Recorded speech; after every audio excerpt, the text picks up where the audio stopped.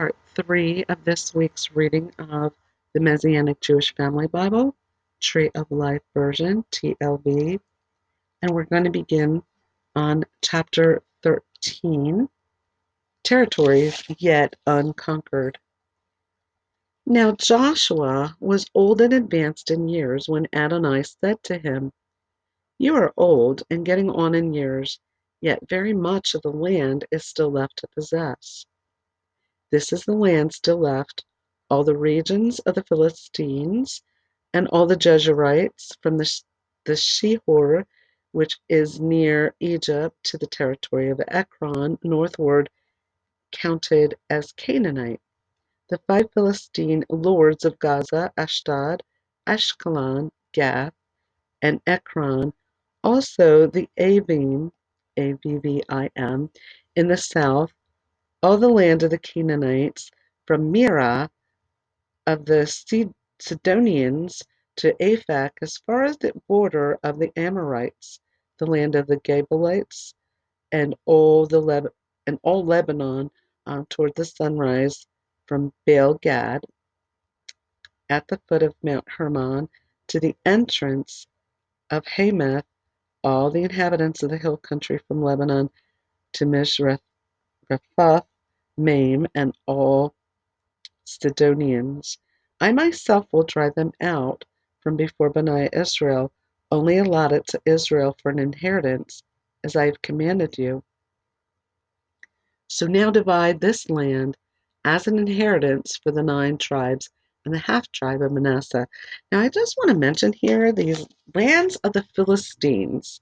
It's very interesting to note because this land is very contested today, and there's a lot of rockets that go off in these areas.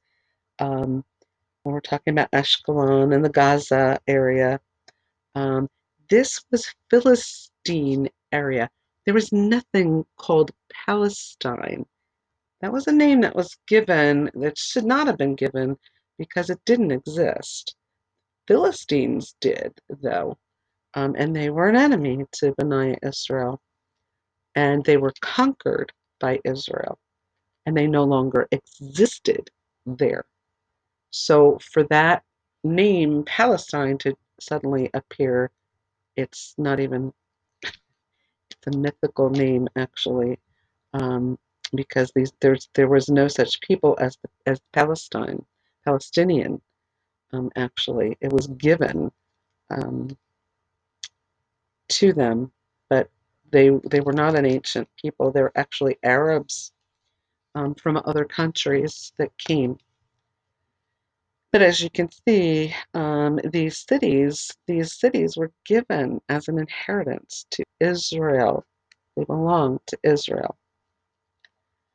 Inheritance east of Jordan, with the half-tribe, the Reubenites and the Gadites received their inheritance, which Moses gave them beyond the Jordan eastward, just as Moses the servant of Adonai gave them, from Aroer, that is on the edge of the valley of the Arnon, and the city that is in the middle of the valley, and all the flat land from Medeba to Dibon, and all the cities of King Sihon of the Amorites who reigned in Heshbon, up to the border of the children of Ammon and Gilead, and the territory of the Jezreelites and Maccathites, and all Mount Hermon and all Bashan, up to Salcah, all the kingdom of Og and Bashan, who reigned in Ashtaroth and in Edrei.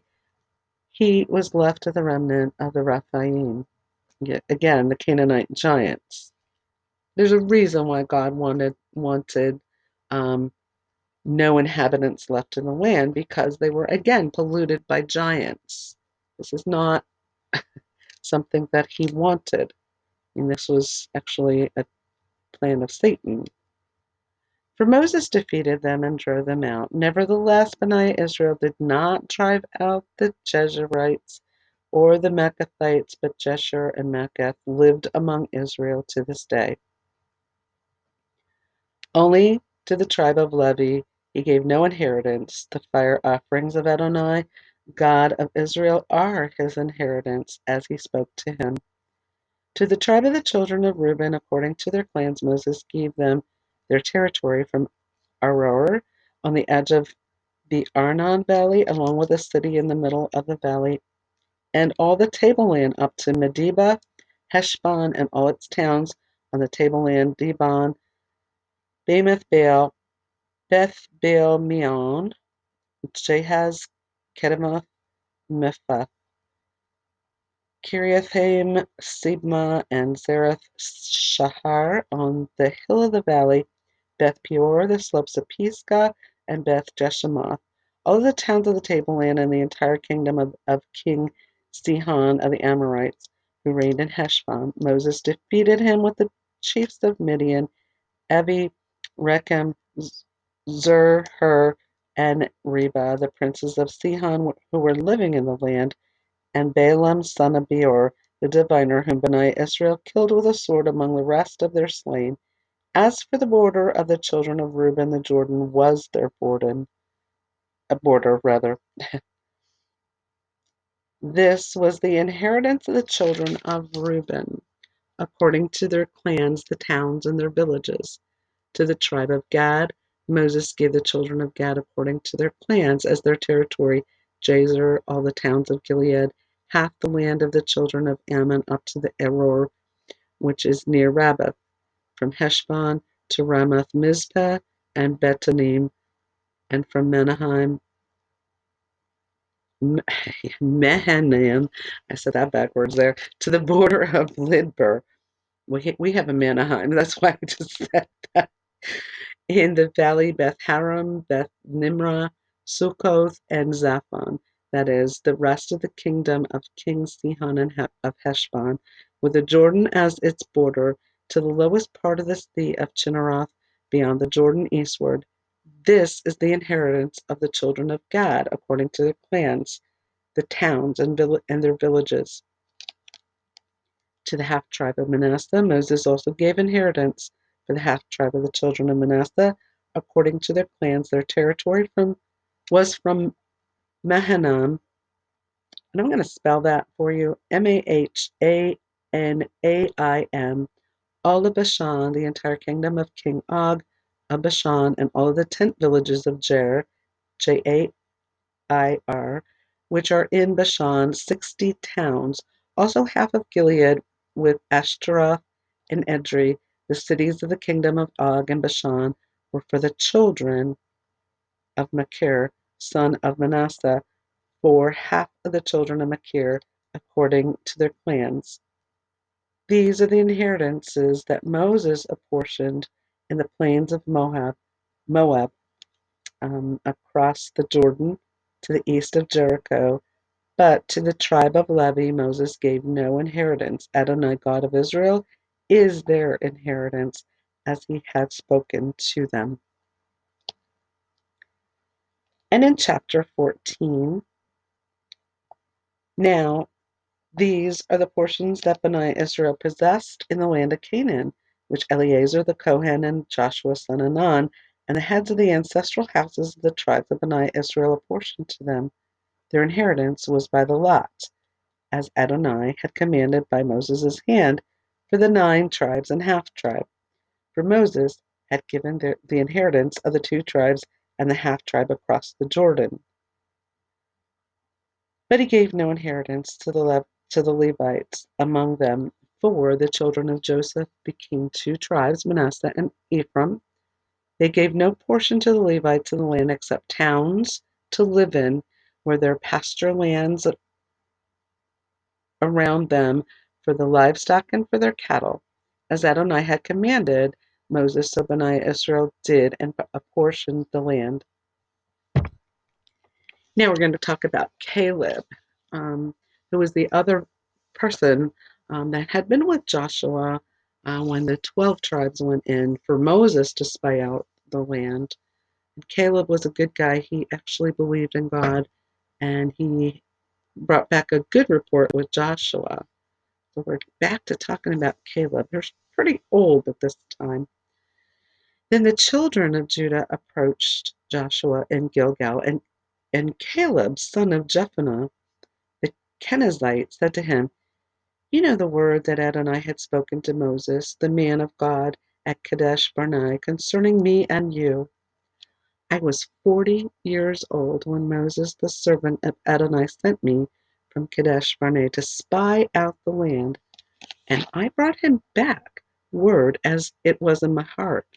Nevertheless, my fellows that went up with me, we made the heart of the people melt with fear. But I fully followed Adonai my God. So Moses swore in that day, saying, Surely the land on which your foot has trodden will be an inheritance to you and to your children forever, because you have fully followed Adonai my God. So now, behold, Adonai has kept me alive, just as he said, these 45 years, since the time that Adonai spoke this word to Moses, while Israel was journeying in the wilderness. And now, behold, I am 85 years old today. I am still as strong today as I was in the day that Moses sent me. As my strength was then, so is my strength now, for war and for going out and coming in. Now therefore, give me this hill country about which Adonai spoke on that day. For ye heard on that day how the Anakim, the giants, were there as well as great fortified cities. Perhaps Adonai will be with me, and I will drive them out, just as Adonai had spoken. So Joshua blessed him, and he assigned Hebron to Caleb, son of Jephunneh, as his portion. Therefore, Hebron became the inheritance of Caleb, son of Jephunneh, the Kenizzite, to this day, because he followed Adonai, the God of Israel, fully. Now the name of Hebron formerly was Kiriath Arba, for Arba was the greatest man among the Anakim. Then the land had rest from war. And that's the end of chapter 14. Inheritance of Judah. Now the allotment for the tribe of the children of Judah, according to their families, was as far as the border of Edom, southward to the wilderness of Zin, at the extreme south. Their southern border was from the lower end of the Salt Sea, from the bay projecting southward. Then it proceeded south of the ancient Acrabbim, and passed on to Zin, and then went up by the south of Kadesh Barnea, and passed on to Hezron, and went up to Adar, and turned toward Karka. They passed along to Asmon, and went to the Wadi of Egypt, where the border ended at the sea. This will be your southern border. The eastern border is the Salt Sea to the end of the Jordan. The border on the north side was the bay of the sea at the end of the Jordan. It then went up to Beth Hoglah, and passed north to Beth Araba, and went up to the stone of Bohan, son of Reuben. The border then went up to Debir from valley of Achor, and turned northward toward Gilgal, facing the ascent of Adumim, Adummim, which is south of the Wadi. When I'm saying Wadi, I'm saying Wadi. Next, the border passed along to the waters of En Shemesh, and ended at En Rogel. Then the border went up the valley of Ben Hinnom to the southern flank of the Jebusites, that is Jerusalem, and went up to the top of the mountain that flanks the Hinnom Valley to the west, which is at the northern end of the Rephaim Valley. From the top of the mountain the border curved to the spring of the waters of Nephtoah, and went out to the towns of Mount Ephron, then curved to Baia, Baaiah, that is Kiriath Jearim. From Baia the border turned westward to Mount Seir, passed along to the northern slope to Mount Jearim, that is Kesalon, and went down to Beth Shemesh, then past Timnah. Next, the border went out to the slope north of Ekron, then went out to Shikkeron, passed along to Mount Bala, went on to Jabneel, and the border ended at the sea. The western border was the Great Sea, and its coastline These were the borders around the children of Judah according to their clans. Now to Caleb, son of Jephunneh, he gave a portion among the children of Judah at the command of Adonai to Joshua. Kiriath Arba, which is Hebron. Arba was the father of Anak. So Caleb drove out from there the three sons of Anak, Sheshai, Ahiman, and Talmai, children of Anak. Then he went up from there against the inhabitants of Debir. Now the name Debir formerly was Kiriath Sepher. Caleb said, I will give my daughter Aksah as a wife to the one who attacks Kiriath Sepher and captures it. So Othniel, son of Kenaz, Caleb's kinsman, captured it. So he gave him his daughter Aksah as a wife. Now it came about when she came to him that she persuaded Othniel to ask her father for a field. When she got off her donkey, Caleb asked her, What do you need? Give me a blessing, she said, for you have given me land in Negev. You should also give me springs of water. So he gave her the upper springs and the lower springs. This is the portion of the tribe of the children of Judah by their clans. The towns at the end of the tribes of the children of Judah towards the border of Edom in the south was Kabzeel, Eder, Jagur, Kena, Dimana, Adada, Kadesh, Hazar, Ithnan, Ziph, Telem, Bealoth, Hazar Hadatah, Kiriath, Hezron, that is Hazar, Amam, Shema, Moladah, Hazar Gadah, Heshmon, Beth Pelet, Hazar Shul, Beersheba, Biziothia, Balaim, Ezem, El Tolad, Kezil, Hormah, Ziklag, which we're going to hear about Ziklag later when we talk about David, Madmenah, Sansana, Leviat, Shilhim, Ain, and Rimmon, a total of 29 towns with their villages. In the lowland, Eshtaol, Zorah, Ashna, Zenawak, En-Ganim, Tapua, Enam, Jarmuth, Adullam, Soka, Izikah, Sheharim, Adithaim, Gedera, and Gederothaim, 14 towns with their villages.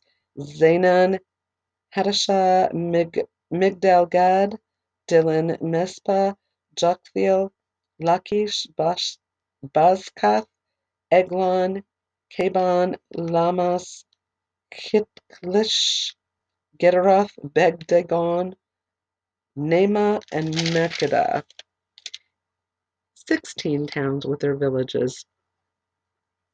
Libnah, Ether, Ashan, Iphthah, Ashna, Nezib, Keilah, Achzib, and Mareshah, 9 towns with their villages.